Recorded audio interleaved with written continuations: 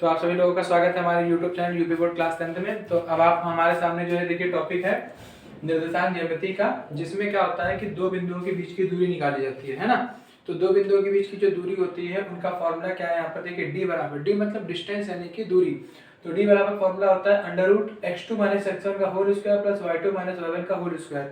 उसी को दूसरी तरीके से भी लिखा जा सकता है x1 माइनस x2 का whole square plus y1 minus y2 का होल स्क्वायर। ये वाला फॉर्मूला आप याद कर लीजिए, आपको ज्यादा बेटर रहेगा, इससे आपको आगे भी फॉर्मूले यूज मतलब याद करने में आसानी होती है। और भी कई फॉर्मूले। तो देखिए हमने यहाँ पर जो है 8 टोटल प्रश्न ले रखे हैं, है ना। और देखिए आपको सामने इसमें से हम 2 या 3 हम लोग सॉल्व करेंगे, बाकी आप लोगों के अभ्यास के लिए आप अपना एक बार इसको करके ट्राई करें कि आपको आया या नहीं आया। तो अब हमारा पहला प्रश्न जो हम लोग शुरू करते हैं, यहाँ पर देखिए पहला प्रश्न हम लोग लेते हैं 4,3 और 2,5। आपको इससे पहले वाली जो मैथ की क्लास थी इस चैप्टर की, तो उसमें आपको सिखाया गया था कि भाई x, y होता है, यानी पहले में x दूसरे वाले को y बोलते हैं। इसको हम लोग बोलते थे एबेसिसा यानी कि भुज, और इसको हम लोग कोटि बोलते थे। तो यानी कि ये आपका x होगा, तो इसको हम लोग बोलेंगे x1, यानी लिखेंगे यहाँ पर दिया है x1 हमारे पास कितना है 4, और उसी के साथ जो बगल में है उसको बोलेंगे y, तो y1 कितना हो जाएगा 3। इसी प्रकार से हमारे पास हो जाएगा x2 हमारे पास हो जाएगा 2, और y2 हमारे पास कितना हो जाएगा 5। आप ध्यान रखिए, ज्यादातर बच्चे गलती किसमें करते हैं, उसमें करते हैं यही x1 है और यही x2 हो जाता है, तो इसमें मिस्टेक हो जाती है। आपको कहना क्या है, इसमें x है इसमें y, तो ये x1 y1 x2 y2 इस तरीके से, इसमें बहुत ज्यादा मिस्टेक होती है। फिर फॉर्मूला आप लगा देंगे डी बराबर फॉर्मूला क्या होता है x2 माइनस x1 का होल स्क्वायर और प्लस y2 माइनस y1 का होल स्क्वायर। अब आप कहेंगे भाई वहाँ पे फॉर्मूला पहले से लिखा था फिर क्यों लिख दिया। देखिए आप किसी भी मैथ में अगर आपको कोई फॉर्मूला याद करना है तो जब आप सवाल लगाइए तो उस फॉर्मूले को बार बार उसमें लिख दीजिए। इससे क्या होता है कि एक तो कॉपी में एक लाइन आपकी बढ़ जाती है, दूसरा फॉर्मूला आपने जब बार बार लिखेंगे तो वो आपको फॉर्मूला एकदम दिमाग में बैठ जाता है।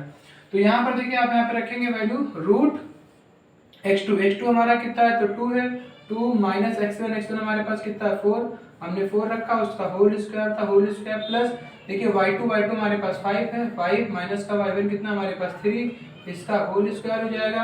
अब आप यहाँ पे देखिए 2, और यहाँ पर जब आप घटाएंगे तो 4 में से 2 जाएगा, 2 बचेगा, वो भी माइनस का। क्यों? क्योंकि बड़ी संख्या माइनस की निशान माइनस का, प्लस 5 में से 3 जाएगा, कितना बचेगा 2, 2 का हो जाएगा स्क्वायर। इस तरीके से रूट लग जाएगा, 2 का स्क्वायर कितना हो जाता है 4 हो जाएगा, प्लस में 2 का स्क्वायर कितना हो जाएगा 4। अब बहुत से बच्चे कहेंगे कि भाई माइनस था तो उसका माइनस क्यों नहीं लिखा। देखिए कभी भी माइनस वाली संख्या का स्क्वायर करेंगे तो हमेशा प्लस में ही आता है। किसी भी संख्या का आप स्क्वायर करेंगे हमेशा पॉजिटिव आएगा, चाहे नेगेटिव का हो चाहे पॉजिटिव का हो, हमेशा स्क्वायर पॉजिटिव ही होता है।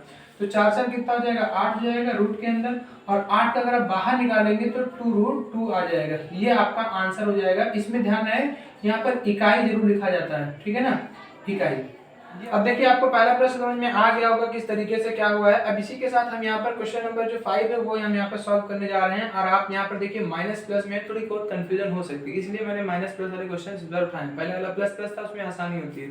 तो सबसे पहले बिल्कुल उसी तरीके से करेंगे कि भाई हमारे पास दिया क्या है। तो देखिए आपको दिया गया ये x1 है, क्या है, तो यहाँ पे लिखेंगे ऐसे दिया है, ठीक है ना। x1 कितना दिया गया है माइनस का 5 है, तो यहाँ पे लिख देंगे माइनस का 5।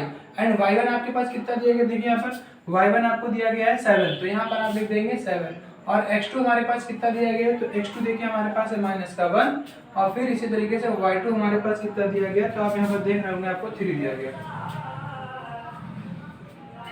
इस तरीके से आपने यहाँ पे लिख लिया। उसके बाद में फिर यहाँ पर देखिए डी, आपको डी फॉर्मूला क्या होता है, फॉर्मूला भी आपने लिखा था x2 माइनस x1 का होल स्क्वायर और फिर प्लस में y2 माइनस y1 का होल स्क्वायर। आप जितना फॉर्मूला लिख सकते हैं आप बार बार उस फॉर्मूले को लिखिए। आप देखिए मैथ में आपको फॉर्मूला याद रहने लगे। ज्यादातर बच्चों की शिकायत ये होती है कि सर हमें फॉर्मूला नहीं याद होता है, कैसे इतने सारे फॉर्मूले याद करें, तो बहुत सारी समस्याएं होती है। लेकिन आपको देखिए सबसे सिंपल तरीका है, बार बार फॉर्मूले को लिखिए, आपको फॉर्मूला याद हो जाएगा। अब यहाँ पर देखिए वैल्यू पुट करेंगे x2 कितना है माइनस का 1।